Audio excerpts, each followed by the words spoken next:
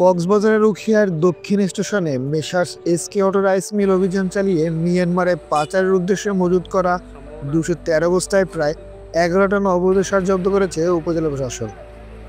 গত বৃহস্পতিবার সন্ধ্যা 8টা থেকে রাত 11টার মধ্যে গোপন সংবাদের ভিত্তিতে অভিযান পরিচালিত হয়। অভিযানে নেতৃত্ব দেন উপজেলা নির্বাহী কর্মকর্তা মোহাম্মদ কামরুল হোসেন চৌধুরী, উপজেলা কৃষি কর্মকর্তা কামনাশীর সরকার ও উখিয়া থানার পুলিশ সদস্যরা। উপজেলা কৃষি অফিসের সূত্রে জানা গেছে, গোপন সংবাদের ভিত্তিতে নিশ্চিত হওয়া যায় যে উক্ত রাইস মিলে মোট 300 বস্তা অনুমোদনহীন সার মজুত ছিল। তবে অভিযানের সময় 213 বস্তা সার জব্দ করা সম্ভব হয়। বাকি 87 বস্তা গোপন স্থানে সরিয়ে ফেলা হয়েছে বলে ধারণা করা হচ্ছে। অবশিষ্ট সার উদ্ধারে গোয়েন্দা নজরদারি অব্যাহত রয়েছে।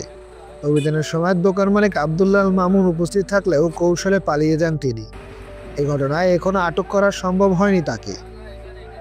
উখিয়া থানার officer in charge OC Mohammad Ziaul Haque বলেন, আমরা উপজেলা প্রশাসনের সঙ্গে সমন্বয় করে এই অভিযানে অংশ নিয়েছি।